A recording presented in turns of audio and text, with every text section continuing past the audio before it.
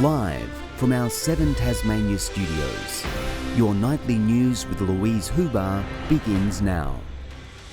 Good evening, everyone. First tonight, residents are vowing to chain themselves to their homes if the state government moves to bulldoze properties to expand the Hobart Southern Outlet. There's growing anger over the plans, with homeowners accusing the minister of leaving them in the dark. Megan Smith's home has history, a garden perfect for green thumbs and a view most would envy. But just over the fence, there's a problem. Traffic congestion is a symptom of poor urban design, and I think as residents we're being asked to pay an ultimate price. Her home is among 18 potentially in the path of plans to expand the southern outlet. The state government wants to add a 5th lane to ease congestion. Residents were told of the proposal in March. Since then, they've heard almost nothing. I'm incredibly disappointed, and I think if this is the way that Michael Ferguson and Peter Gutwin want to treat people of this community, I just think it's just not good enough, and it's appalling. A community meeting was planned today, but scrapped because of an apparent lack of information. There's lots of options that the government could be looking at. This is not one of them. There's no evidence to say that the 5th lane is going to do what's required. The minister insists he is keeping locals in the loop, although it's still unclear how many homes could be acquired. We'll certainly be sharing with the community any property impacts, and we understand, because we've been open with people, that there will be a number of properties that be potentially impacted if we do go down this path. I'm not going anywhere. I will be chained to my front fence and they can drag me away. Housing is again expected to be in the spotlight when Parliament returns next week. The government will bring forward a bill increasing the first homeowners grant while reducing land tax. We have hit the ground running. There's been no time wasted nor lost. With half the year already gone, every day in Parliament will count. Sean McComish, 7 Tasmania News. Tasmania Police has dropped an assault charge against an activist following a forestry protest near Rosebery. 23-year-old Victorian Billy Rodwell was recently arrested and spent 3 days in custody. Police have dropped 2 of the 3 charges and have expressed regret over the time he spent behind bars. Pretty confronting, pretty scary. I've never been in a situation like that, never planned to be in a situation like that again. I was really unsure. I had no contact with the outside world. I wasn't allowed to make phone calls, being a COVID risk. Police are still proceeding with the allegation of being on a closed forest road. The Bob Brown Foundation has been holding protests near the MMG Rosebery mine over a proposed expansion of its waste facility. Thousands of people have gathered in Hobart to watch their fears go up in flames in a fiery finish to the weekend's Dark Mofo festivities. The annual Ogga Ogga burning has become a festival favourite and has just wrapped up at the Cenotaph. Our reporter Meg Sides is on the ground and has witnessed the ceremony. Meg, what's happening down there now? Well, Louise, the Ogga Ogga is still smouldering behind me, but the crowds have now dispersed. Around 5,000 people gathered down here for one of the highlights of Dark Mofo. Festival goers have spent the last 4 days writing down their fears and placing them into the large sculpture known as the Ogga Ogga. Usually there would be a parade through the streets of Hobart as part of the event tonight, but that was cancelled this year due to COVID. Instead, there was a smaller parade held down here at the Cenotaph that was led by children carrying sticks with smaller bugs, followed by other large sculptures before the Ogga Ogga, which took the form of a giant stag beetle from Bruny Island, was placed on top of the wooden structure and set alight.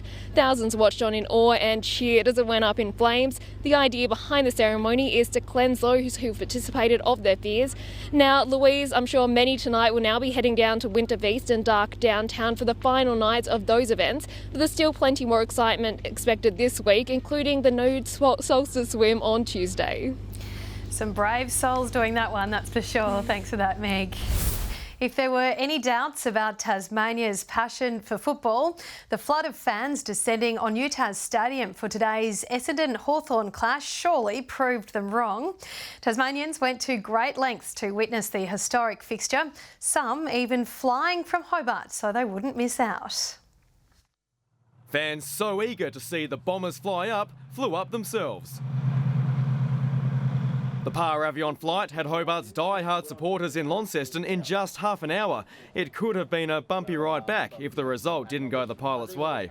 I've said Essendon supporters are guaranteed a trip home. That's all we'll say. Some fans were quite literally dressed from head to toe in black and red. Even on my phone. Pubs were teeming with supporters before the first bounce. For many, simply scoring a sought-after ticket was enough of a win. 2 laptops, 2 phones, going insane. Yeah, took a long time to get them. Hoping to get over to Melbourne this year and see them, but yeah, better when you can do it at home. And the line outside the ground stretched right down Invermay Road. The sheer rarity of an Apple Isle appearance spurred on the Essendon faithful and exposed some family divides too. Go the Bombers today. Yeah, boo the Bombers. Tickets to the blockbuster clash have been hot property this week, with all 15,000 made available quickly snapped up. Proof of what can happen when a high-drawing team comes to town. See the Bombers fly up. Tom Johnson, 7 Tasmania News. Tasmanians have been treated to joy flights to mark a helicopter business's expansion into northern Tasmania. Helicopter Resources took workers, families and members of the public high in the sky from its new permanent base in Launceston to demonstrate their day job. Come up and have a look at our workplace and just to touch it, feel it and experience what we experience. Tourism makes up only a small part of the business, with commercial contracts and firefighting accounting for the bulk of the work.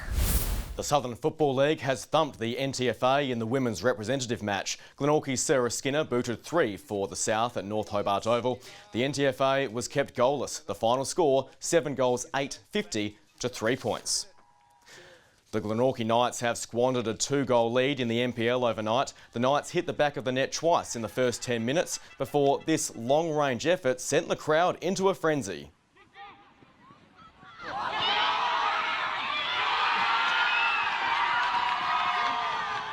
The game ended in a 2-2 draw. In the Women's Super League, Olympia was down and out against Taroona until the Warriors picked out 2 goals in the final 10 minutes of play to tie the match.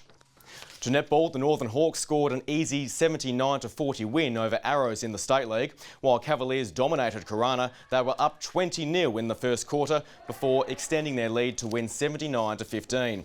It was a slightly closer start to this afternoon's game between Waratah and Devon, but Waratah pulled further ahead in the second half to finish on top 66-28. Mechanical problems have cruelled Hobart's Alex Peroni in race 1 of the Indy Lights in Wisconsin. Peroni was as high as second by lap 5, but the issues later in the race saw him forced to the pits. He'll start from 6th on the grid for race 2 tonight. Good evening everyone. Devonport saw the state's top today of a cool 14 degrees, 13 in Burnie, Launceston reaching 12 and Hobart 10. Across the state, Flinders Island, Smithton, Low Head, St Helens and Friendly Beaches all 13 degrees, 12 on King Island, Strawn a top of 11 and 9 in Lyowini. Mostly clear skies about the Central Plateau with extensive low cloud elsewhere. However, cloud did tend to decrease in parts of the southeast during the day. Across Australia, extensive cloud can be seen about the southwest of Western Australia, as well as parts of the southeast coast of the mainland. Large areas of the mainland are cloud-free. Tomorrow's chart shows a cold front and an associated low over Western Australia, while a high centred near Tasmania dominates the remainder of the mainland. Variable winds 5 to 15 knots tomorrow in the north and east, and northeast to northwesterly 10 to 15 knots elsewhere. And there is a minor flood warning current for the South Esk, Macquarie and Meander rivers. Sunny and 13 in Hobart tomorrow, Dover a top of 12, 13 after a morning frost in Ooze. 13 in Launceston and Scottsdale, a light shower or 2 and 13 degrees in Devonport. Burnie and Strawn both partly cloudy and 13 tomorrow, Stanley reaching 14. 14 and mostly sunny in St Helens, Swansea 13 and early fog and 12 degrees in Ross. On Tuesday, showers about the north clearing later in the afternoon. Showers about the north and west on Wednesday with possible showers elsewhere.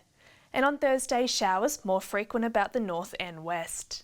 Showers in Perth tomorrow, 17 in Adelaide, partly cloudy and 14 in Canberra, Sydney 18 and 23 in Brisbane.